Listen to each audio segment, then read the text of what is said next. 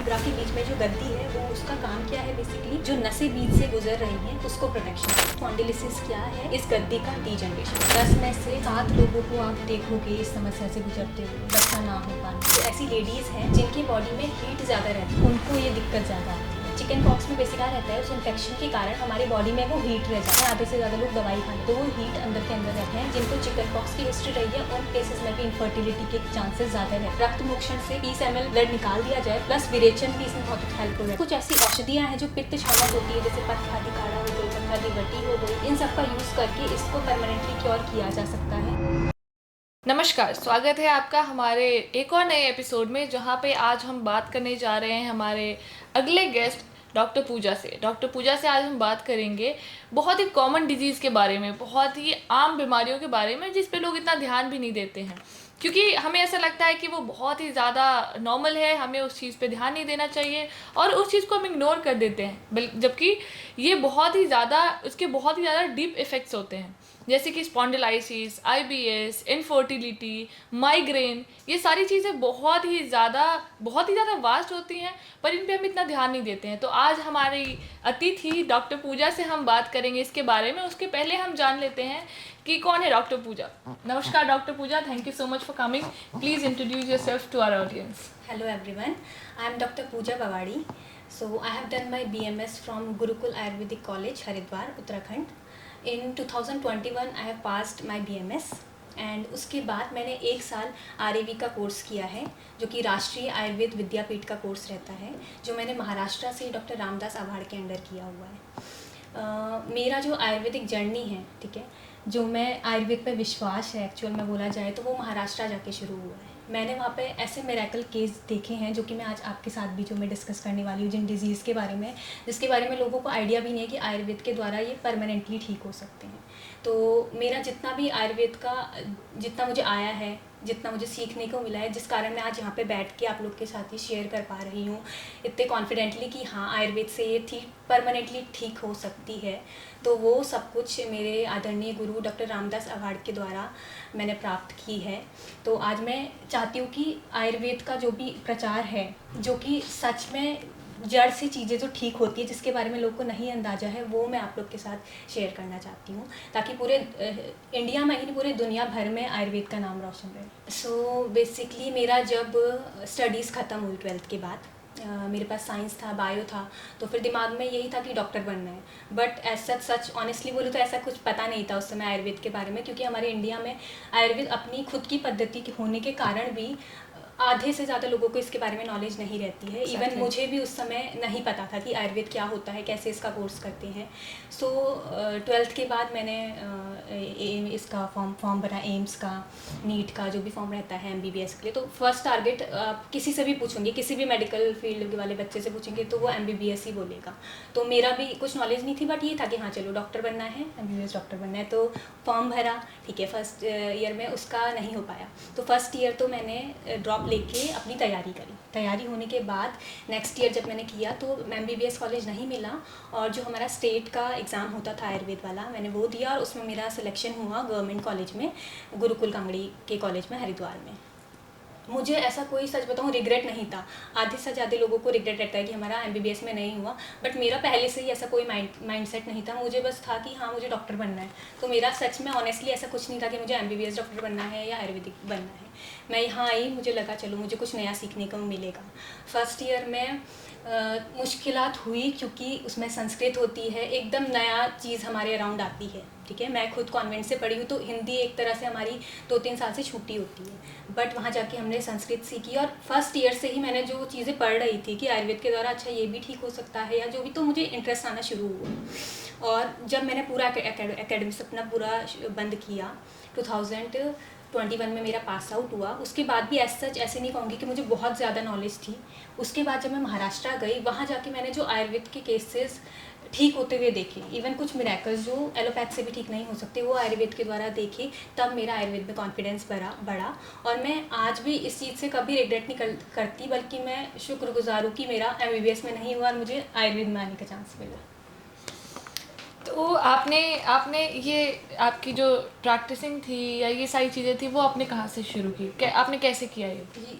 ये मैं सच बोलूँ, ये मेरा लक था कि मुझे मेरे गुरुजी मिले, जो मैंने आरईवी का एग्ज़ाम दिया।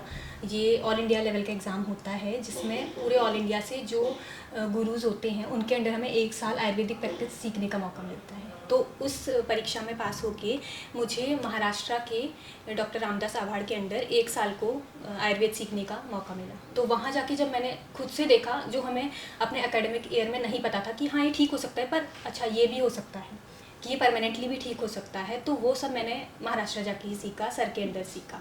तो वहाँ जाके मेरा कॉन्फिडेंस बढ़ा और मुझे लगा कि अब मुझे आयुर्वेद से ही सब करना है, अपनी ज़िंदगी पूरी आयुर्वेद को ही समर्पित करनी है। तो आजकल हम देखते हैं कि बहुत सारी कॉमन डिजीज़ है, राइट? बहुत सारी छोटी छोटी सी बीमारियां हैं। वैसे छोटा तो नहीं कहेंगे, बहुत ही बड़ा टर्म है, पर लोगों को ऐसा लगता है कि ये बहुत एक छोटा टर्म है, तो इस पे इतना ज़्यादा वो ध्यान नहीं देते हैं। या पर्सनली भी मैं बता दूँ तो कुछ एक आध चीज़ मेरे साथ भी है जिन पे मैंने पहले ध्यान नहीं दिया था इतना, पर अब मुझे लगता है कि हाँ ये बहुत ही ज़्यादा एक ऐसा डिफ़िकल्ट फेज़ है लाइफ का, बहुत ही ज़्यादा ऐसी बीमारी है जिस पे हमें ध्यान देना चाहिए एक्चुअली। और मुझे ऐसा लगता था कि इसके अलावा, क्योंकि मैंने बहुत सारे डॉक्टर्स से भी बात की, मैंने ट्रीटमेंट भी कराया, तो मुझे ऐसा लगता था कि अब, क्योंकि मुझे डॉक्टर्स ने ऐसा पर्सनली बोला कि इनको हम परमानेंटली क्योर नहीं कर सकते हैं, पर हम कुछ टाइम के लिए हम इसको रोक सकते हैं या ठीक कर सकते हैं, जो कि आपकी लाइफ टाइम आपके साथ, जस्ट बिकॉज इट्स जेनेटिक, तो ये लाइफ टाइम आपके साथ में रहेगा, पर हम इसको परमानेंटली क्योर नहीं कर सकते हैं। खैर, हम बात करेंगे इसके बारे में आगे, जो भी और बहुत सारी चीज़ें हैं, पर अभी हम शुरू करते हैं एक बहुत ही कॉमन बीमारी के बारे में, जो कि मुझे लगता है कि क्योंकि बीमारियां जो है वो हर तीसरे इंसान को कोई ना कोई बीमारी होती ही है, और मुझे लगता है कि अगर एक कमरे में 10 लोग बैठे हैं तो उनमें से कोई भी एक ऐसा इंसान नहीं होगा जिसको कोई एक बीमारी ना हो, है ना? तो आज हम शुरू करेंगे, हमारा सबसे पहला सवाल शुरू करेंगे हम आपसे कि स्पॉन्डिलाइसिस क्या है? स्पॉन्डिलाइसिस या डिस्क बल्ज, नॉर्मली जो लोग आम बोलचाल की भाषा में यूज़ करते हैं, स्पॉन्डिलाइसिस और डिस्क बल्ज क्या है और आयुर्वेदा में इसका क्या क्योर है? मतलब ये क्या परमानेंटली क्योर हो सकता है? तो सबसे पहले तो मैं आपको ये बताती हूँ कि स्पॉन्डिलिसिस होता क्या है बेसिकली, है ना? क्योंकि पेशेंट जब हमारे पास आते हैं, आपने सुना होगा आमतौर पर हर तीसरे इंसान बोलता है कि हमें डिस्क बल्ज है, नस दबी हुई है, ठीक है? तो स्पॉन्डिलिसिस, हमें लंबर स्पॉन्डिलिसिस है, सर्वाइकल स्पॉन्डिलिसिस है, तो ये होता क्या है बेसिकली, उसका मैं आपको थोड़ा आमतौर पर पहले बता देती हूँ कि होता क्या है। तो जो हमारी रीढ़ की हड्डी रहती है, ठीक है, वर्टिब्रल कॉलम जिसे हम कहते हैं, जो कि स्पाइनल कॉर्ड को प्रोटेक्ट करता है, ठीक है? तो हमारी रीढ़ की हड्डी छोटी छोटी डिस्क से बनी होती है, जिसे हम वर्टिब्रा कहते हैं, ठीक है? ये जो वर्टिब्रा रहते हैं उनके बीच में एक गद्दी प्रेजेंट होती है जिसे हम इंटरवर्टिब्रल डिस्क कहते हैं, ठीक है? और जो ये हर वर्टिब्रा के बीच में जो गद्दी है, वो उसका काम क्या है बेसिकली, जो नसें बीच से गुजर रही हैं उसको प्रोटेक्शन देना, ठीक है? हमारा शरीर का पूरा ढांचा, हमारा शरीर इन नसों के द्वारा ही चल रहा है, हम चल फिर पा रहे हैं नसों के कारण, जब नस अपना काम कर रही है, ठीक है? जब ये गद्दी में डीजनरेशन होने लगता है, ठीक है, इसमें घिसाव होने लगता है, जिसके कई रीजंस हो सकते हैं। आजकल की लाइफस्टाइल में जो लोग कंप्यूटर पे काम करते हैं बेसिकली, कई लोगों में एज के कारण, ठीक है, वो डीजनरेशन जब इस डिस्क में, गद्दी में होने लगता है तो वो घिसने लगती है, उस कारण उसमें बल्ज होना शुरू हो जाता है, जिसे हम डिस्क बल्ज कहते हैं, ठीक है? जो दो वर्टिब्रा उनके बीच में ये गद्दी है, ठीक है, जब दबाव पड़ेगा उसमें घिसन मौजूद होगी, तब वो डिस्क बल्ज होकर बाहर को प्रोट्यूड हो जाता है। और जब डीजनरेशन होगा तो वही जो नसों को प्रोटेक्ट कर रहा है, तो उसको प्रोटेक्शन का काम बंद हो जाएगा, तब नस दबने लगती है, क्योंकि जो ये वर्टिब्रा है, दो जो मैंने बताई आपको हड्डी, इनके बीच पे गद्दी है, गद्दी घिस रही है तो इन दोनों का दबाव आएगा, तो नस ऑटोमेटिकली दबना शुरू हो जाएगी, जो कि गद्दी उसे प्रोटेक्शन दे रही थी। तो बेसिकली स्पॉन्डिलिसिस क्या है, इस गद्दी का डीजनरेशन होना। डीजनरेशन होने के कारण जो नस दबती है, तब हमें सियाटिका की प्रॉब्लम हो, सर्वाइकल की प्रॉब्लम हो, जो हम बोलते हैं लंबर स्पॉन्डिलिसिस की प्रॉब्लम हो, तब ये सारी दिक्कतें शुरू होती हैं। जैसा कि आपने कहा है कि आयुर्वेद में हर चीज़ का इलाज है, आयुर्वेद हर चीज़ को क्योर कर सकता है, और आपने दावा किया इस चीज़ का कि आपने बहुत सारी ऐसी केसेस देखे हैं जो इन बहुत सारी बीमारियों को क्योर कर सकता है। तो क्या आयुर्वेद में स्पॉन्डिलाइसिस या फिर डिस्क बल्ज का, इन चीज़ों का परमानेंट क्योर है कोई? इसको किस तरह से क्योर कर सकते हैं हम आयुर्वेद से? बिल्कुल, देखिए, स्पॉन्डिलिसिस का परमानेंट सॉल्यूशन आयुर्वेद में है, ठीक है। अगर मैं आपको नॉर्मली मॉडर्न साइंस के हिसाब से बोलूँ तो उसमें क्या होता है, जो पेशेंट को पेन किलर्स दी जाती हैं। नस दब रही है, नस दबने के कारण सिग्नल जाएगा, तब पेशेंट को पेन शुरू होता है। तो मॉडर्न साइंस के हिसाब से आपको पेन किलर दे के वो दर्द को दबाया जाता है। लास्ट उनके पास ऑप्शन रहता है कि वो ऑपरेट करते हैं, ठीक है। तो ऑपरेशन इसका लास्ट ऑप्शन रहता है मॉडर्न साइंस के हिसाब से। बट आयुर्वेद में जो मैं आपसे दावा करके बोल रही हूँ कि ये ठीक हो सकता है परमानेंटली, उसी का मैं आपको अभी बताती हूँ ये कैसे होता है, ठीक है। तो सबसे पहले स्पॉन्डिलिसिस में मैंने जैसे बताया गद्दी डिजनरेट हो रही है। वो गद्दी है क्या, ठीक है। आयुर्वेद पॉइंट ऑफ व्यू से बताऊँ तो वो गद्दी बेसिकली मज्जा धातु है। हमारा शरीर है 7 धातुओं से बना है, आपको पता है। रस, रक्त ब्लड, मांस, मसल, मेद, फैट, अस्थि, मज्जा, शुक्र, इन 7 धातुओं से बना है। तो ये जो गद्दी है वो मज्जा धातु है हमारी, ठीक है। तो मज्जा धातु का डिजनरेशन हो रहा है यहाँ पे। तो हमें इसका परमानेंट क्योर क्या करना है कि वो गद्दी फिर से बन जाए, ताकि नसें दबना ऑटोमेटिकली बंद हो जाए। तो उस गद्दी को फिर से कैसे रीजनरेट करना है, उसका उपाय है बस्ती चिकित्सा। बस्ती जो है वो पंचकर्मा की हमारी एक चिकित्सा है। बस्ती होता है बेसिकली एनीमा देना, ठीक है। और ये कोई नॉर्मल एनीमा नहीं है, ये है मेडिकेटेड एनीमा। अब आप देखिए, नॉर्मली आप एक पौधे को उगाते हैं, ठीक है। उसको पोषण देना है तो आप कैसे देंगे, पानी देके उस जड़ से ही उसके पोषण जाता है। तो उसी तरह जो ये बस्ती चिकित्सा है वो हमारे एनल रूट से हम देते हैं। क्यों? क्योंकि सारी नर्व एंडिंग, जो वात हम जिसे बोलते हैं, नर्व एंडिंग बेसिकली उसका स्थान आयुर्वेद संहिताओं में पक्वाशय बताए, मतलब इंटेस्टाइन बता रखा है, रेक्टम एरिया बता रखा है, वहाँ पे नर्व एंडिंग सबसे ज़्यादा रहती है, तो वहाँ पे एब्जॉर्प्शन सबसे ज़्यादा होगा।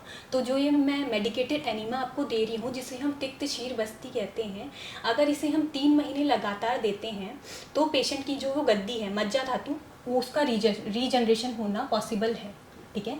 क्या होता है, जो मैंने आपको धातुएं बताई, रस, रक्त, मांस, मेद, तो अस्थि के बाद मज्जा धातु बनती है। अस्थि इज बेसिकली बोन्स, मज्जा बोन मैरो जो अंदर के पार्ट्स है। तो अगर अस्थि धातु का हम पोषण करेंगे, अस्थि धातु को बढ़ाएंगे, तो उसके बाद ही मज्जा धातु बनेगी। तो जो ये तिक्त शीर बस्ती है, मतलब जो मिल्क के फॉर्म में बस्ती है, मिल्क में मेडिसिन एंड ऑयल डाल के जो हम बस्ती देते हैं एनल रूट से, वो बेसिकली अस्थि धातु की वृद्धि करती है और अस्थि धातु के बाद मज्जा धातु का फॉर्मेशन होता है। और जो मैं ये चीज़ आपको बोल रही हूँ, ये 3 महीने अगर लगातार पेशेंट लेता है, साथ में औषधियाँ भी दी जाती हैं। सिंपल ये नहीं, पेन में रिलीफ होना मैं आपको बोलूँगी हफ्ता 20 दिन में पेशेंट को आराम होना शुरू हो जाएगा। ये नहीं बोलूँगी कि 3 महीने लगेंगे ही आराम आने में, ठीक है। सिम्टम वाइज पेशेंट को 1 हफ्ते में 15 दिन में ही आराम होना शुरू हो जाएगा। लेकिन जो मैं परमानेंट सॉल्यूशन बता रही हूँ, गद्दी का फॉर्मेशन दोबारा से जो मैं हम परमानेंट क्योर देना चाह रहे हैं, वो 3 महीने में इस तिक्त शीर बस्ती से पॉसिबल है। तो आप इतने टाइम से काम कर रहे हैं, इतना समय हो गया आपको इस आयुर्वेद में काम करते हुए, और आपने इतनी सारी चीज़ें बताई कि किस तरह से हम इसको ठीक कर सकते हैं। तो आपने कभी लाइव एग्जाम्पल एक्सपीरियंस किया है आपकी वर्किंग एक्सपीरियंस में? जी बिल्कुल, मैं वही बता रही हूँ जो मैंने अपने करियर में महाराष्ट्र जाके जो केसेस देखे हैं अपने गुरुजी के अंडर। वहाँ पे उनके पास 100, 200, 300 से भी ज़्यादा पेशेंट ऐसे हैं जो तिक्त शीर बस्ती से 3 मंथ जिन्होंने लगातार तिक्त शीर बस्ती ली है, उनका cervical lumbar spondylosis permanently cure हुआ है, ठीक है। उनको दोबारा ये तकलीफ लाइफ में फिर से नहीं आई है। इसलिए मैं विदाउट किसी एक्सपीरियंस के या देखे ये चीज़ नहीं बोल रही हूँ। शास्त्रों में तो लिखा ही लिखा है, लेकिन आज के एरा में अगर मैंने ये चीज़ देखी है तभी मैं आपको बोल रही हूँ। Like this is very impressive, क्योंकि हमें पता है कि ऐसी जो चीज़ें होती हैं उनको अगर आप एलोपैथ में जाएं या किसी दूसरे मॉडर्न चिकित्सा में जाएं तो वहाँ पे डॉक्टर सीधा कहते हैं कि आपको या तो ऑपरेट करना पड़ेगा या उसका कोई इलाज नहीं है। पर मुझे ये जान के बहुत ज़्यादा ऐसे इंटरेस्टिंग लग रहा है, मुझे खुद भी बहुत लग रहा है इंटरेस्टिंग कि आयुर्वेद में ऐसी चीज़ों का भी कोई ऐसे परमानेंट क्योर है। Like this is appreciable. तो डॉक्टर, हमारा अगला सवाल आपसे ये है कि आजकल की एरा में, आजकल की यूथ में मोस्टली इनफर्टिलिटी की बहुत ज़्यादा दिक्कत आती है, और बहुत सारे अलग अलग डॉक्टर से मिलते हैं। मॉडर्न साइंस जो है उसमें बहुत सारी अलग अलग टेक्नोलॉजीज़ हैं जिनसे वो उनको क्योर करने की कोशिश करते हैं, या उससे कोई रिलीफ, या उससे अपनी जो भी उनका सपना होता है उस चीज़ के बारे में वो सोचते हैं। जैसे IVF, IUI, बहुत सारी चीज़ें होती हैं, पर फिर भी उनको उन चीज़ों से कोई ऐसा खासा रिजल्ट नहीं मिलता है और वो बहुत ज़्यादा निराश हो जाते हैं। पर मैंने सुना है ऐसा कि आयुर्वेद में इसका भी क्योर है। क्या इसका आयुर्वेद में क्योर है, और अगर है तो वो किस तरह से काम करता है? जी बिल्कुल, आजकल के समाज में आपने देखा ही होगा इनफर्टिलिटी बहुत कॉमन हो गया है, ठीक है, चाहे मेल इनफर्टिलिटी हो या फीमेल इनफर्टिलिटी हो। आजकल अधिकतर 10 में से 7 लोगों को आप देखोगे इस समस्या से गुजरते हुए, ठीक है, बच्चा ना हो पाना। माफ़ करना, मैं पूछना चाहूँगी बीच में एक सवाल कि ये किस कारण से होता है? जी, देखिए इसके अन्य कारण हैं, ठीक है, अगर मैं मॉडर्न तरीके से बताऊं तो हार्मोनल इम्बैलेंस हो गया, ठीक है, फॉलिकल सही से ना बनना, ठीक है, AMH किसी का कम है, तो इसके डिफरेंट डिफरेंट रीजंस होते हैं। बट आयुर्वेद के अकॉर्डिंग हम इसे कैसे देखते हैं अभी मैं आपको वो समझाती हूँ। तो जो इनफर्टिलिटी के केसेस हैं, बेसिकली मैं अगर आपको बताऊँ, एक फ़ीमेल, ठीक है, उसका सारे हार्मोनल रिपोर्ट सही आ रही हैं, ठीक है, एग भी सही से बन रहा है, फॉलिकल स्टडी में हम देख रहे हैं एग भी सही से बन रहा है, फिर भी वो नहीं कंसीव कर पा रही है, तो इसके क्या रीज़न रहते हैं।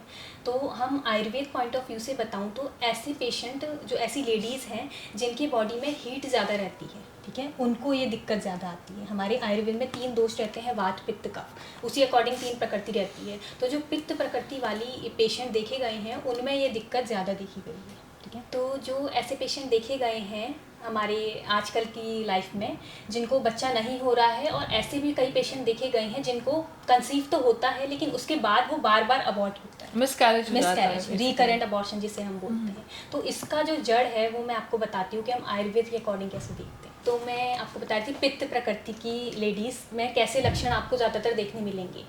चिड़चिड़ाहट ज़्यादा होना, गुस्सा ज़्यादा आना, एसिडिटी उनको ज़्यादा रहती है, हाथ पैरों में गर्मी रहेगी, जलन रहेगी हर वक्त, ठीक है।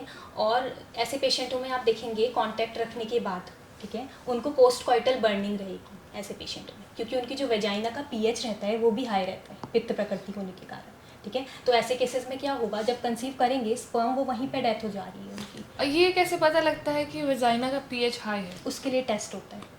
ओके।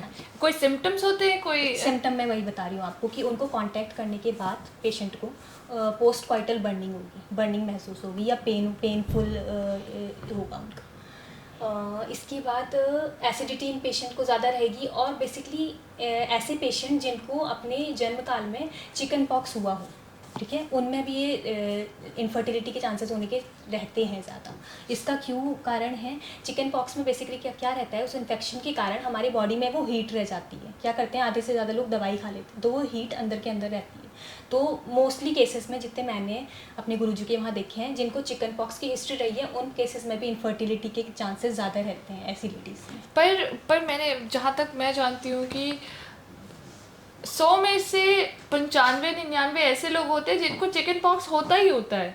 तो इसका क्या लेना देना है? वही मैं कह रही हूँ कि ज़रूरी नहीं है हर किसी को, ठीक है, जिनकी पित्त प्रकृति हुई ऊपर से उन्हें चिकन पॉक्स भी हुआ है तो वो चीज़ एग्रीवेट हो जाती है, पित्त उनके शरीर में ज़्यादा बना है। तो जिसकी बॉडी में इतना पित्ता ज़्यादा प्रकोपित है तो उनको ये चांसेस ज़्यादा रहते हैं, ठीक है, ओके। दूसरी चीज़ जन्म काल का, हम आयुर्वेद के अकॉर्डिंग जन्म काल से ही हमारी प्रकृति बनती है। तो वो ज़्यादातर जो शरद काल में पैदा होते हैं, शरद काल मीन्स ऑटम सीज़न, आप मान के चलिए अगस्त अक्टूबर इस समय, नवंबर के समय जो लोग पैदा रहते हैं उनकी भी प्रकृति पित्त प्रकृति रहती है, उनकी बॉडी में नेचुरली हीट ज़्यादा रहेगी। तो ऐसे पेशेंट में भी ज़्यादा चांसेस इनफर्टिलिटी के पाए रहते हैं क्योंकि वो जन्म से ही पित्त प्रकृति के माने जाते हैं। तो इसका जो आयुर्वेद में हम इलाज करते हैं तो हमें क्या करना है, बेसिकली पित्त को, शरीर से जो एक्सेस पित्त है उसे बाहर निकालना है, ठीक है। तो इसके लिए जो हम चिकित्सा करते हैं वो पंचकर्मा और औषधि दे के करते हैं। पंचकर्मा में जो सबसे इंपॉर्टेंट थेरेपी इसमें है वो है विरेचन थेरेपी, रक्तमोक्षण थेरेपी और उत्तरवस्ती थेरेपी। विरेचन थेरेपी में हम क्या करते हैं, जो बॉडी का एक्सेसिव पित्त है वो मेडिकेटेड लूज मोशन करा के शरीर से वॉश आउट करते हैं, ठीक है। दूसरी चीज़ है रक्त मोक्षण, मतलब ब्लड लेटिंग। थोड़े से 30 to 50 ml ब्लड हम क्यूबॉइटल रीजन से निडल डाल के बाहर निकालते हैं, जिसे हम रक्त मोक्षण कहते हैं। उससे जो ब्लड में हीट प्रेजेंट है वो बाहर निकलती है। आपको ब्लड का कलर देख के ही जो मैं 3 आपको बार बार यूज़ कर रही हूँ, वात पित्त कफ जो रहते हैं, तो उसका आइडिया लग जाएगा कलर देख के। जिसका कलर बिल्कुल डार्क रेड कलर का होगा, ठीक है, एकदम मरून टाइप होगा, तो मतलब पित्त प्रकृति का लक्षण है। तो रक्तमोक्षण के द्वारा वो बॉडी का हीट हम बाहर निकालते हैं। सबसे इम्पॉर्टेंट थेरेपी जो लास्ट में बता रही हूँ, उत्तर बस्ती की जो ये चिकित्सा है वो हम पीरियड्स के 7वें से 8वें दिन में, जब सर्विक्स जो बच्चेदानी का मुंह है खुला रहता है, उस दौरान ये हम प्रोसीजर करते हैं, जिससे गर्भ में वो जो ऑयल है, जो घी है, वहाँ पे नरिशमेंट प्रोवाइड करता है। तो 3 महीने लगातार ये चिकित्सा चलेगी। 1 मंथ आपका रक्तमोक्षण होगा, 1 मंथ आपका विरेचन होगा, साथ में पित्त शामक आपको औषधि दी जाएगी, जिससे पूरी आपकी बॉडी रेडी रहेगी कंसीव करने के लिए। तो 3 मंथ मैक्सिमम आपको लगते हैं बॉडी को प्रिपेयर करने के लिए, जिसके द्वारा इनफर्टिलिटी के चांसेस जा सकते हैं। और जो रिकरेंट अबॉर्शन मैं आपको बता रही हूँ, सबसे इम्पॉर्टेंट, उस इंसान में पित्त का बहुत ज़्यादा प्रकोपित होना पाया जाता है, तभी उनकी बॉडी उस गर्भ को धारण ही नहीं कर पा रही है। हीट के कारण, एक्सेसिव हीट के कारण वो गर्भ धारण नहीं हो पा रहा है। तो इस चिकित्सा के द्वारा, जो मैंने आपको बताया, पंचकर्मा प्लस औषधि जो हम अभ्यंतर देते हैं, उसके द्वारा ये चीज़ परमानेंट ठीक हो सकती है। तो डॉक्टर, इसके कितने चांसेस हैं कि फर्टिलिटी जो है वो रहेगी, मतलब इनफर्टिलिटी नहीं होगी? कितने चांसेस हैं? देखिए, जितने मैंने देखे हैं आज तक, ये चिकित्सा करके, डिटॉक्सिफिकेशन करके, एक तरह से पंचकर्मा करके अधिकतर केसेस ठीक हुए हैं। तो डॉक्टर, जैसा कि आपने बताया अभी कि इतने सारे प्रोसीजर्स होते हैं इसके आयुर्वेदा में, और फर्टिलिटी के चांसेस भी बढ़ जाते हैं, तो आपके हिसाब से, कि आपने जितना अभी तक देखा है, जो भी केसेस देखे, उसके हिसाब से लगभग कितने % तक चांसेस होते हैं फर्टिलिटी के? देखिए, जितना मैंने अपने एक्सपीरियंस में अनुभव किया है, देखा है, तो ज़्यादातर केसेस में सक्सेस मिली है। तो आप मान के चलो 70 to 80% मैं कह सकती हूँ कि इससे ठीक हो सकते हैं। कुछ पेशेंटों को 3 महीने में ही पित्त का शमन होके ये चिकित्सा फ़ायदेमंद हो जाएगी, कुछ लोगों को 4 महीने लग सकता है, कुछ को 5, बट आई थिंक इसका रिजल्ट 70 to 80% मैं आपको बोल सकती हूँ कि ठीक होता ही होता है। ठीक है, मुझे लगता है ना से हाँ सही, क्योंकि मॉडर्न साइंस में बहुत सारे लोग ऐसे अलग अलग हॉस्पिटल्स के, अलग अलग सेंटर्स के धक्के खाते रहते हैं। और मैं आपको ये बताना चाहती हूँ एक चीज़ और, कि इतने पेशेंट रहते हैं जिन्होंने 3, 4, 5, 6 बार भी IVF IUI कराया होता है और उनका फेल्ड रहता है, और वो आयुर्वेद के पास आकर ये शोधन चिकित्सा करा के, शमन चिकित्सा करा के कंसीव हुए हैं। It's a very commendable thing. और मुझे लगता है कि जो भी ऐसे लोग हैं जिनको IVF से, IOI से और मॉडर्न साइंस में जो भी टेक्निक्स हैं, उनसे अगर कोई किसी तरह की रिलीफ नहीं मिल रही है, तो उनको आयुर्वेदा, मुझे लगता है, ज़रूर एक बार ट्राई करना चाहिए। क्योंकि क्या हर्ज है आयुर्वेदा ट्राई करने में, क्योंकि दैट टू ये हमारे देश की ही पद्धति है। तो मुझे लगता है कि सबको एक बार ट्राई करना चाहिए।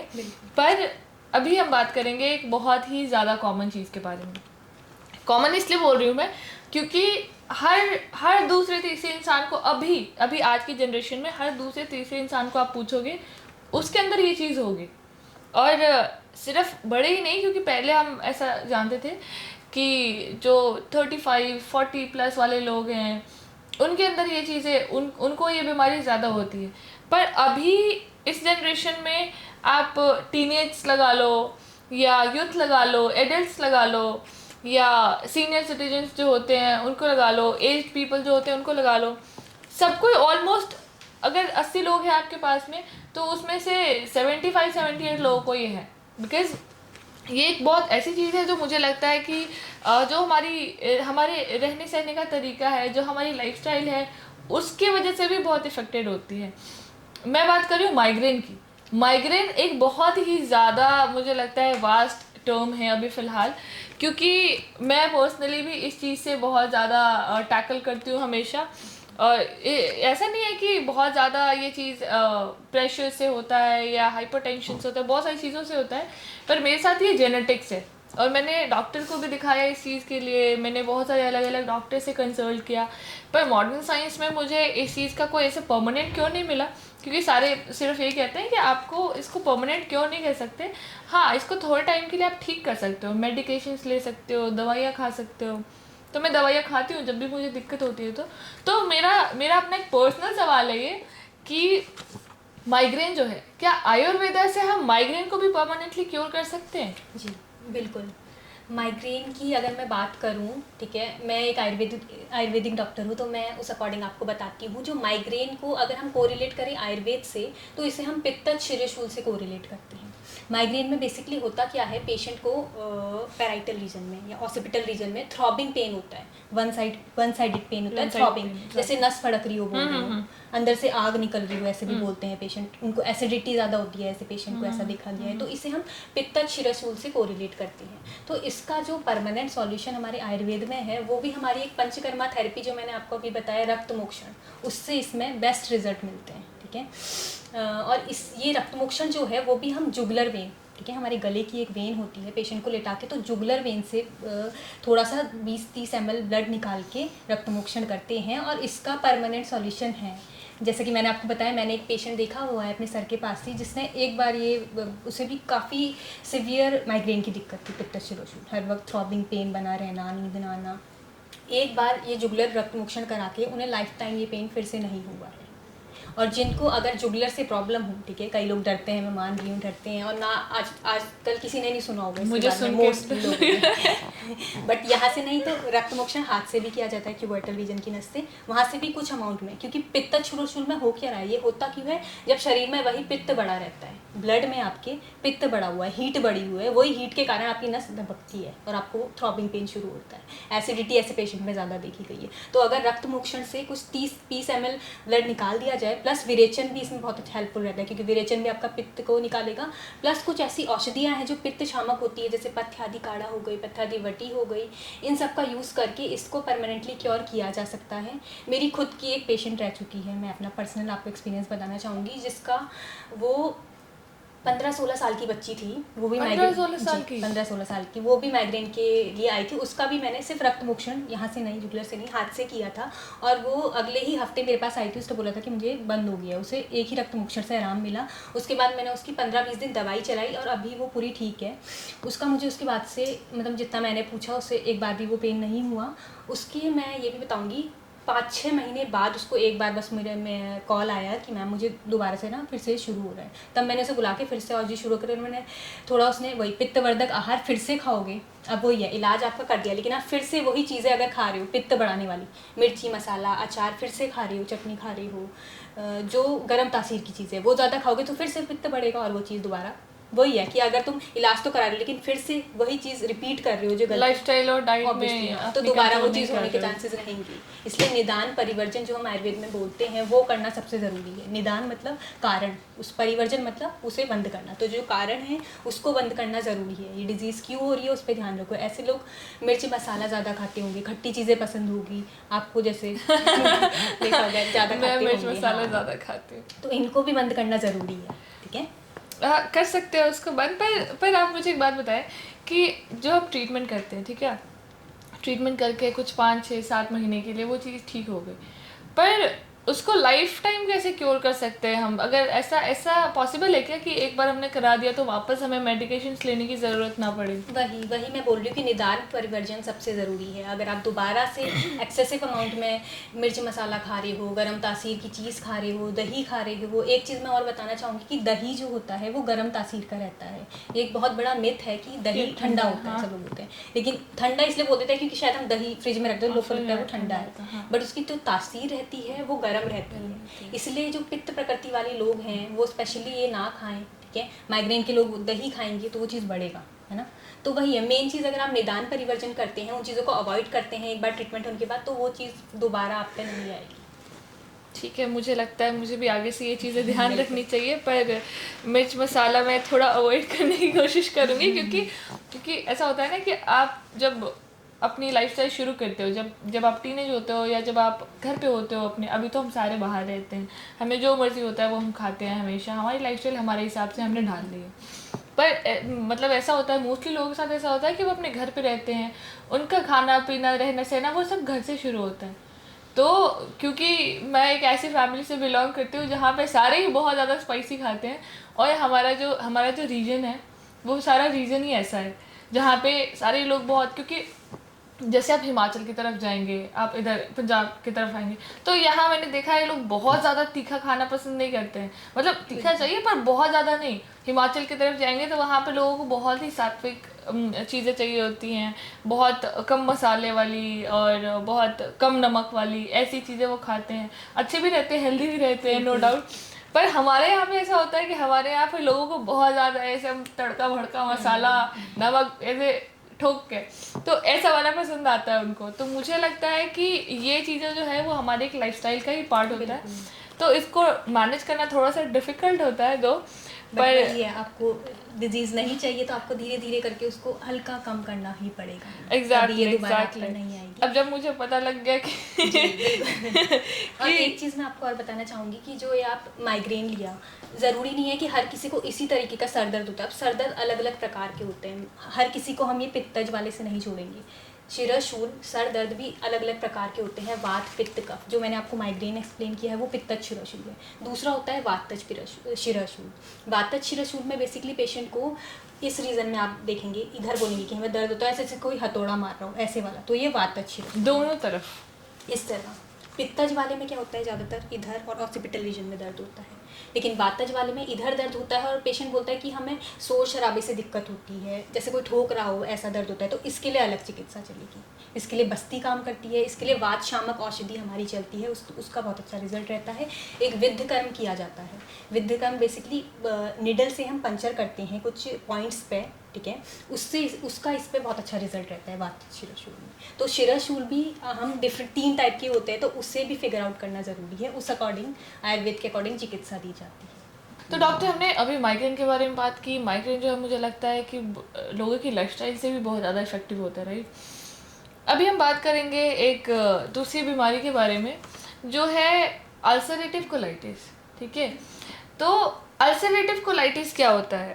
अल्सरेटिव कोलाइटिस, IBS, ये क्या होते हैं और क्या आयुर्वेद में इसका भी कोई परमानेंट इलाज है? अगर इसका परमानेंट हम इलाज कर सकते हैं तो वो कितना इफेक्टिव होता है, कितना हेल्पफुल होता है, ये किस तरह से उसका इलाज किया जाता है?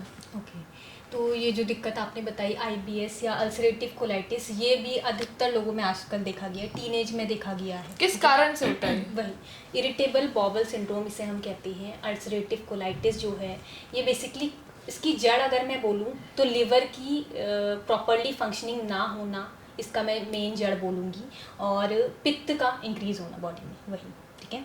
तो इसमें बेसिकली होता क्या है, जब लिवर आपकी ठीक फंक्शनिंग नहीं कर रहा है, डाइजेशन हाइपर होगा, आपको एसिडिटी शुरू होगी, पेट साफ नहीं होगा, गैस बनेगी, एसिडिटी बनेगी, तो उस एसिड के कारण आपके पेट में छाले बनने शुरू हो जाते हैं, अल्सर बनने शुरू हो जाते हैं, तो उसी को हम अल्सरेटिव कोलाइटिस कहते हैं। उसके बाद क्या होता है, आप कुछ भी खा रहे हो, पेट में अल्सर बने हुए हैं आपके, ठीक है, कुछ भी खा रहे हो, जैसे ही वो पार्टिकल आपके इंटेस्टाइन में या स्टमक में जाता है तो ब्रेन को सिग्नल मिलता है और आपको एकदम से अर्ज होता है मोशन जाने का, ठीक है। तो यही IBS के अंडर आ जाता है, जिसमें आपको 15, कई लोग को 15 से 20 बार, किसको 4 से 5 बार, सीवियरिटी पे डिपेंड करता है, इतने बार मोशन जाना पड़ता है। अब जो आप खा रहे हो वो आपके शरीर को लग ही नहीं रहा है, वो आम बन जा रहा है। आम मतलब अनडाइजेस्टेड फूड, जो आप खा रहे हो, आपका लिवर ही ठीक से फंक्शन नहीं कर रहा है, आपके पूरे अल्सर बने हो, तो खाना कहाँ से पचेगा और वो शरीर को कहाँ से लगेगा? तो इंसान को आप देखोगे वो बिल्कुल दुबला पतला हो जाएगा पेशेंट को, क्योंकि खाना लग ही नहीं रहा है। तो इसका भी जो परमानेंट सॉल्यूशन है वो आयुर्वेद में पॉसिबल है, ठीक है।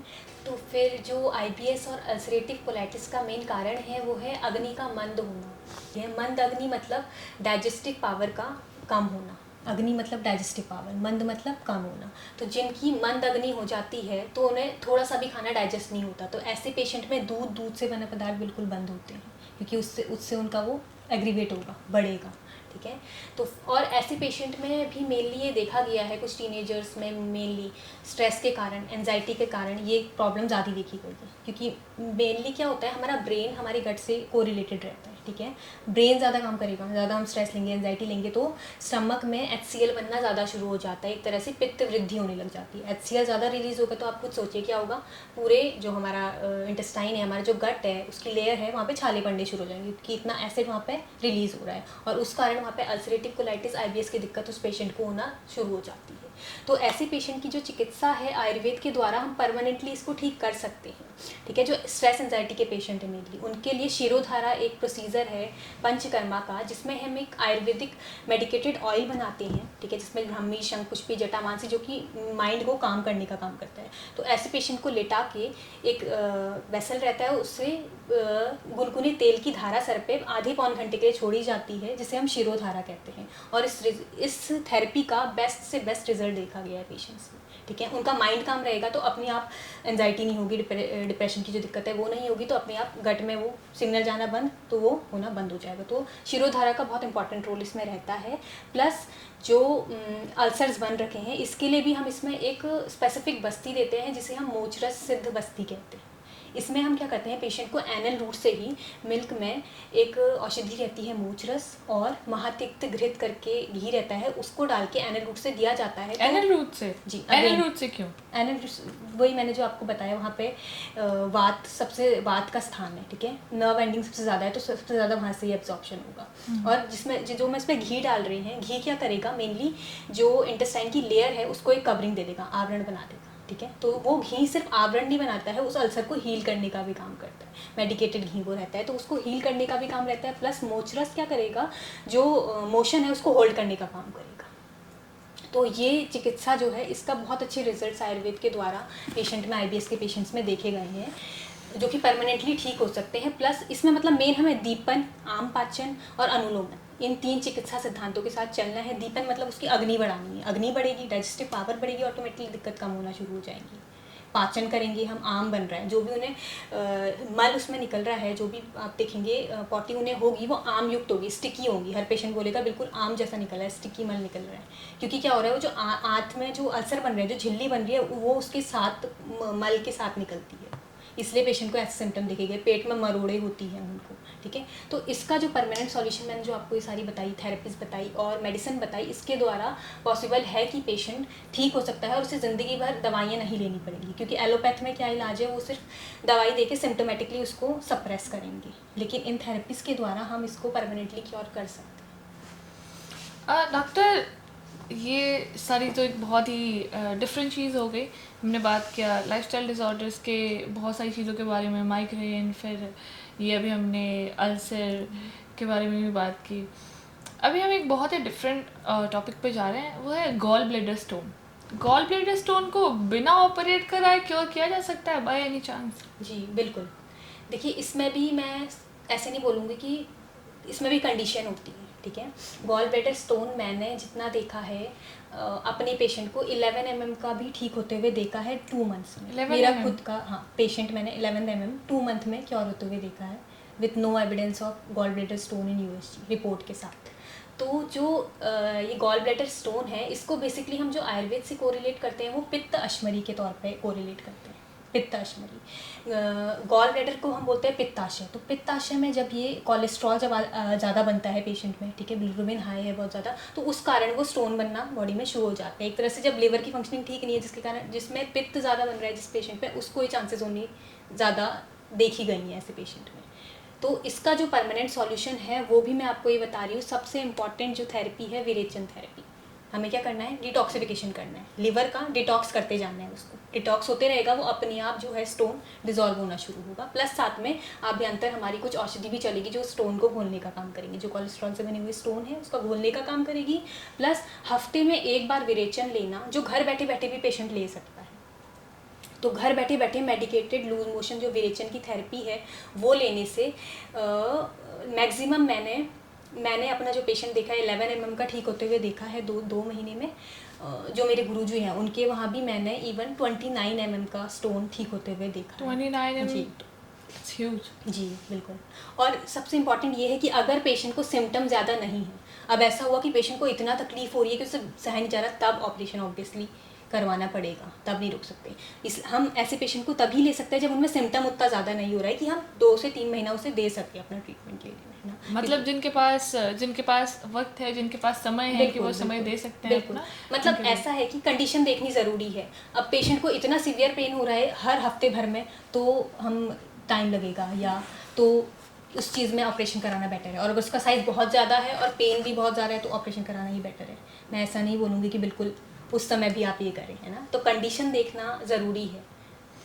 डॉक्टर, अभी हमने बहुत सारी अलग अलग तरह की बीमारियों के बारे में बात की, स्टोन, ये वो बहुत सारी चीज़ें थी जो कि अलग अलग रीजन से होते हैं, राइट। और ये सारी ऐसी बीमारियां थी जो कि बहुत ही नॉर्मल टर्म में देखते हैं लोग, पर बहुत ही वास्ट होती है, और जिनको मॉडर्न साइंस में जो डॉक्टर्स हैं वो कहते हैं कि हम इनको परमानेंटली क्योर नहीं कर सकते हैं, पर हम इनको ठीक कर सकते हैं, थोड़े टाइम के लिए रोक सकते हैं दवाइयाँ दे के या मेडिकेशंस जो भी होते हैं वो दे के। ऐसी और कौन कौन सी बीमारियाँ हैं जिनको हम आयुर्वेद से ठीक कर सकते हैं और जो हमारा मॉडर्न टेक्नोलॉजीज़ हैं उनसे नहीं कर सकते हैं? देखिए मतलब आप पूछना चाह रहे हैं जिसमें ऑपरेशन को हम टाल सकते हैं, ऐसी एग्जैक्टली जिसके लिए हमें ऑपरेशन की ज़रूरत ना पड़े या फिर कॉन्टिन्यूस मेडिकेशन की ज़रूरत ना पड़े। मतलब ऐसा नहीं कि दवाइयों पे ही जी रहे हैं, ऐसा नहीं कि उसको हम इग्नोर कर सकते हैं, मेडिकेशंस को इग्नोर कर सकें या ऑपरेशन को हम अवॉइड कर सकें। ऐसी कई बीमारियां हैं जो विदाउट ऑपरेशन हम आयुर्वेद के द्वारा ठीक कर सकते हैं, वो मैं आपको बताती हूँ। सबसे पहले ही मैंने जो आपको स्पॉन्डिलिसिस की दिक्कत बताई है, जिसको सीवियर स्पॉन्डिलिसिस हो और ऑपरेशन के लिए ही बोल दिया तो वो 3 महीने तिक्तशीर बस्ती से क्योर होना पॉसिबल है, ठीक है। दूसरी चीज़ अपेंडिसाइटिस, आपने सुना होगा अपेंडिसाइटिस।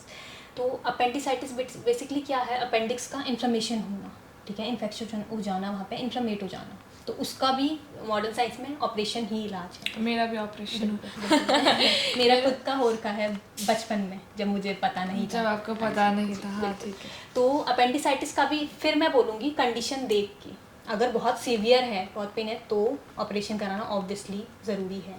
बट ऐसा पेशेंट देखा हुआ है जो अपेंडिसाइटिस का जिसको पेन है, क्योंकि इसको हम कोरिलेट करते हैं आंत्र विद्रधि से। विद्रधि होती है एप्सिस, तो वो वहाँ पे एक एप्सिस बन जाता है। एप्सिस क्या है, एक कैविटी है जिसमें पस भर गया है इन्फेक्शन के कारण, इन्फ्लेम हो गया है। तो अपेंडिसाइटिस बेसिकली वही है, अपेंडिक्स का इन्फ्लेमेट होकर वहाँ पे इन्फेक्शन बन जाना और पस अंदर कलेक्ट हो जाना। तो इसके लिए जो बेस्ट चिकित्सा आयुर्वेद में बताई गई है वो भी रक्त मोक्षण है। रक्त मोक्षण में हम क्या कर रहे हैं, क्योंकि मेनली क्या है, ब्लड में ही इम्प्योरिटी है, तो उस इम्प्योरिटी को हमें बाहर निकालना। तो एक बार क्यूबॉइटल से 30 to 35 ml या 40 ml ब्लड निकाल दें। दूसरा, कुछ रक्त शोधक और पित्त शामक औषधि चलती है जिसके द्वारा अपेंडिसाइटिस भी ठीक हो सकता है। पर मैं फिर बोलूँगी कंडीशंस देख के, according to patient, according to condition. दूसरी चीज़ मैं आपको बताना चाहूँगी, एक बहुत कॉमन लिगामेंट टियर आपने सुना होगा, जो फुटबॉल खेलते हैं खिलाड़ी आजकल ज़्यादातर टीनेज, ये इंजरी बहुत देखी होगी। आप एक बार ये बता दें, उसके बाद मैं आपसे कुछ चीज़ें शेयर करना चाहूँगी, प्लीज़ बता दें।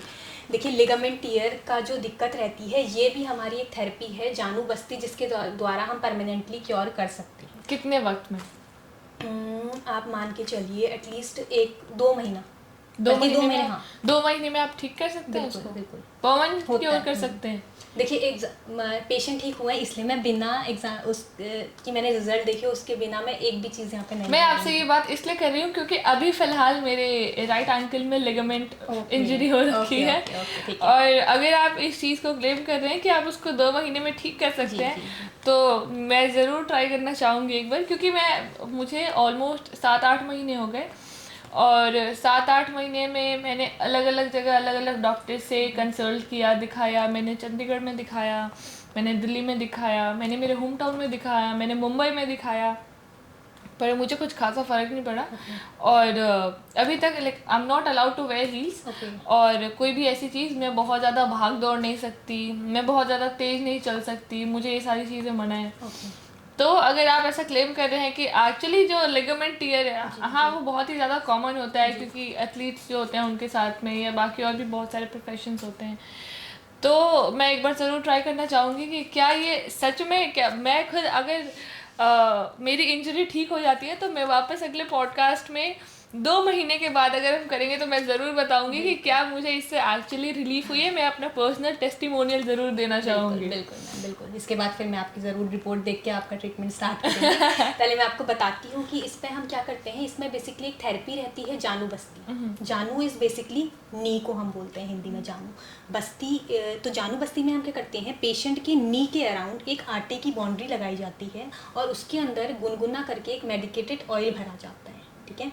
मूसक सिद्ध तेल करके है, उसको मेडिकेटेड तेल को लिगामेंट टियर के केसेस में अगर जानू बस्ती रेगुलर करी जाए 1 से 2 महीने तो वो क्योर होता है, और ऐसे केसेस देखे गए हैं। लेकिन साथ में आयुर्वेदिक कुछ मेडिसिन भी चलती है जो संधान का काम करती है। संधान हम बोलते हैं जोड़ने का काम, जो मसल या लिगामेंट टियर हुआ है उसको जोड़ने का काम करती है। लिगामेंट टियर जोड़ सकती है खुद? जी, पर मैंने जिन भी डॉक्टर से कंसल्ट किया है उन्होंने मुझे ये कहा कि लिगामेंट टियर जो होती है वो नहीं जोड़ सकती है, वो उसको ऑपरेट करना पड़ता है। वही मैं बता रही हूँ, आयुर्वेद के द्वारा पॉसिबल है और ऐसा देखा गया है। कैसे होता है वो? संधान कर्म के जो मैं संधान कर्म आपको बता रही हूँ, मतलब जोड़ने वाला, तो कुछ ऐसी औषधि दी जाती है जो मसल को जोड़ने का काम करती है, और जो मैं सबसे इंपॉर्टेंट जानू बस्ती बता रही हूँ उसका इस पर बहुत अच्छा रिजल्ट रहता है। एक जो सबसे इम्पॉर्टेंट आपने और सुना होगा, surgery, knee replacement surgery. Most of the लोग पीपल जो हैं आजकल नी रिप्लेसमेंट के लिए जाते हैं, ठीक है। नी रिप्लेसमेंट क्या होता है? घुटने ही बदलवा देते हैं कि घुटने काम नहीं कर रहे हैं, बोलते हैं डॉक्टर साहब जब घिस जाते हैं। तो जो मॉडर्न में उस चीज़ का कोई इलाज नहीं है तो वो डायरेक्टली नी को रिप्लेस कर देते हैं, ठीक है। तो इसके लिए भी आयुर्वेद में हमारा जो मैंने तिक्त शीर बस्ती आपको बताया, ये इसका जड़ से इलाज है। वही 3 मंथ आपको तिक्त शीर बस्ती अगर आप लेते हैं तो वो जो डीजनरेशन वहाँ पे हो रखा है हड्डी का, ठीक है, ड्यू टू एज, ऑस्टियोपोरोसिस के कारण, ऑस्टियोआर्थराइटिस के कारण जो डीजनरेशन हो रखा है, वो तिक्त शीर बस्ती से प्लस जानू बस्ती जो मैंने आपको बताया, दोनों चीज़ें प्लस आयुर्वेदिक मेडिसिन साथ में चलेंगी, उससे ये परमानेंटली ठीक हो सकता है। आपको ऑपरेशन के लिए जाने के लिए कोई ज़रूरत नहीं पड़ती, ठीक है। तो तीसरी एक और चीज़ मैं आपको बताना चाहूँगी, कुछ डीजनरेटिव केसेस होते हैं जैसे AVN आपने सुना होगा, एवेस्कुलर नेक्रोसिस, जो हिप जॉइंट रहती है हमारी, उसमें जब सर्कुलेशन जाना ही बंद हो जाता है तो वहाँ पे वो हड्डी ही सड़ जाती है, बिल्कुल काम करना, तो उस पर भी ये रिप्लेसमेंट करवाते हैं, और इसका भी कोई परमानेंट सॉल्यूशन नहीं होता है। लेकिन आयुर्वेद के द्वारा AVN के भी केसेस देखे गए हैं जो तिक्त शीर बस्ती से और आयुर्वेदिक चिकित्सा से ठीक हुए हैं, इवन रीजनरेशन होते हुए भी उस जगह पे देखा गया है। ये भी मैंने अपने गुरुजी के वहाँ पे ऐसे केसेस देखे हुए हैं जहाँ पर जो डीजनरेट हो गई है हड्डी बिल्कुल, वो वापस से कुछ केस में रीजनरेशन भी वहाँ पे हुआ है, रिपोर्ट्स के द्वारा भी ऐसा देखा गया है। तो मैं ऐसे लोगों को भी बोलना चाहूँगी जो AVN के शिकार हैं, ऑस्टियोआर्थराइटिस, ऑस्टियोपोरोसिस, जो डायरेक्टली रिप्लेसमेंट के लिए चले जाते हैं, नी रिप्लेसमेंट, तो पहले प्लीज़ आयुर्वेद के द्वारा अपना चिकित्सा ज़रूर कराएं, क्योंकि आई थिंक 3 मंथ देने में कोई बहुत बड़ी बात नहीं है, इंस्टेड कि आप एक बड़े ऑपरेशन से बच जाएँ। चौथी चीज़ मैं आपको बताना चाहूँगी ऑपरेशन से जो रिलेटेड आप बोल रहे हैं, यूट्राइन फाइब्रॉइड आपने सुना होगा। यूट्राइन फाइब्रॉइड के लिए भी लोग ऑपरेट करने जाते हैं।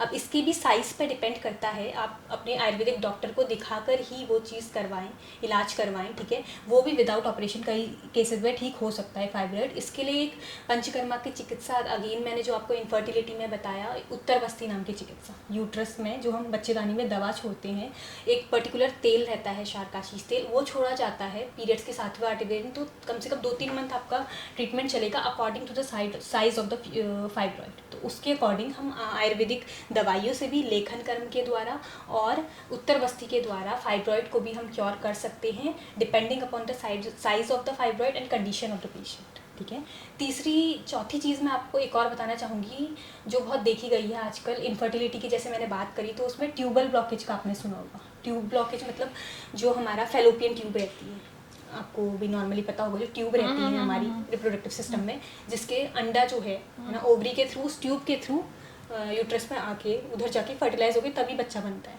तो कुछ इनफर्टिलिटी के केसेस देखे गए जिनका मेन कारण इनफर्टिलिटी का है ट्यूबल ब्लॉकेज, क्योंकि ट्यूब ही ब्लॉक है, ट्यूब ब्लॉक है तो वो अंडा वहाँ से घुस के उधर कहाँ जाएगा जहाँ पे वो फर्टिलाइज होगा। तो इसका भी एक जो सॉल्यूशन है आयुर्वेद में, उत्तर बस्ती के द्वारा क्योर हो सकता है, ठीक है। जो वो ब्लॉकेज है उत्तर बस्ती के द्वारा, मतलब यूट्रस में हम एक ऑयल छोड़ते हैं जो कि उस ब्लॉकेज को स्क्रैप करके रिमूव करता है। तो उत्तर बस्ती के द्वारा ट्यूबल ब्लॉकेज भी ठीक होते हुए देखे गए हैं कई पेशेंट में। तो ऐसे पेशेंटों को भी मैं बोलना चाहूँगी कि प्लीज़ आयुर्वेद की तरफ आएँ। तो आज का हमारा सारा सवाल ख़त्म हो चुका है, हमारे सारे सवाल ख़त्म हो चुके हैं, पर अभी मैं एक बहुत ही ज़्यादा इम्पॉर्टेंट चीज़ जो है वो बोलना चाहूँगी। जैसा कि डॉक्टर ने हमें बताया बहुत सारी अलग अलग बीमारियों के बारे में, जो बहुत ही कॉमन बीमारियाँ होती हैं और आजकल मोस्टली लोगों में होती हैं, और ऐसे लोग जिनको ये बीमारियां हैं या जो ये देख रहे हैं, जो ये सुन रहे हैं, जिन्होंने ये सारी चीज़ें देखी कि क्या होता है, किस कारण से होता है, कैसे होता है, उसका इलाज कैसे होता है, ये सारी चीज़ें आपने जान ली है, पर इसको खुद से इस्तेमाल करने की कोशिश ना करें, खुद उस पर अपना दिमाग लगाने की कोशिश ना करें, क्योंकि कुछ चीज़ें जो होती है ना, जैसा आपने अपनी एक कहावत सुनी होगी कि जिसका काम उसी को साझ है। तो डॉक्टर को पता है कि डॉक्टर को क्या करना है और किस तरह से करना है। तो इसलिए ये जो है, अगर आपको ऐसी कोई भी चीज़ है या आपको ऐसी किसी भी चीज़ से रिलीफ पाना है, तो मुझे लगता है कि आपको डॉक्टर से कंसल्ट करना चाहिए, ना कि आपको उस चीज़ पे खुद दिमाग लगाना चाहिए। बाकी आज की पॉडकास्ट को हम यही ख़त्म करते हैं, और thank you so much doctor for coming, और थैंक यू सो मच हमें इतनी सारी अलग अलग बीमारियों के बारे में उसके कारण, निवारण, सारी चीज़ें बताने के लिए thank you so much. Thank you so much. मैं अपने सभी दर्शकों को यही बोलना चाहूँगी कि जितनी भी बीमारियां मैंने आज डिस्कस करी, आपको बताई, प्लीज़ अपने आप घर पे खुद से चीज़ें ना सोचे करें। सबसे पहले अपने पास के आयुर्वेदिक डॉक्टर के पास जाएं, अपनी जांचें दिखाएं, अपने आप को दिखाएं, क्योंकि आयुर्वेद में कई परीक्षण होते हैं। नाड़ी परीक्षण है, पेशेंट की प्रकृति देख के, उनकी कंडीशन देख के इलाज किया जाता है। ठीक है, आयुर्वेद पर भरोसा करना सबसे ज़रूरी है। भरोसे के साथ आप जो भी चिकित्सा करेंगे वो आपको लगेगी ही लगेगी, बिना भरोसे के करेंगे तो वो कम लगेगी। इसलिए मेरी अपने दर्शकों से सबसे यही अनुरोध है कि प्लीज़ अपने आयुर्वेदिक, अपनी खुद की चिकित्सा पद्धति को अपनाएं और ज़रूर अपने आयुर्वेदिक डॉक्टर से मिलें और अपनी बीमारियों को क्योर करें। Thank you and thanks for watching. अगर आपको कोई भी दिक्कत हो, किसी तरह का कोई भी सवाल हो, तो आप कमेंट करके हमें ज़रूर बताएं। हमारे साथ डॉक्टर पूजा हमेशा ही बनी रहेंगी और हम उनसे ज़रूर उन सवालों का जवाब आपको बताएंगे। Thank you. अब पूरे भारत में हमारे 40 से अधिक हॉस्पिटल और 80 से अधिक क्लिनिक व डे केयर सेंटर हैं। यहाँ आयुर्वेद, नेचुरोपैथी व पंचकर्म के जरिए बीमारियों की जड़ पर काम किया जाता है, जिससे बीमारियों को रिवर्स करने में मदद मिलती है। तो आज ही अपने नजदीकी स्वास्थ्य केंद्र से संपर्क करें और हमारे विशेषज्ञ डॉक्टरों से निशुल्क परामर्श प्राप्त करें। अगर आप वीडियो में कही गई बात से सहमत हैं तो Y टाइप करें। अगर आप कही गई बात से सहमत नहीं हैं तो N टाइप करें।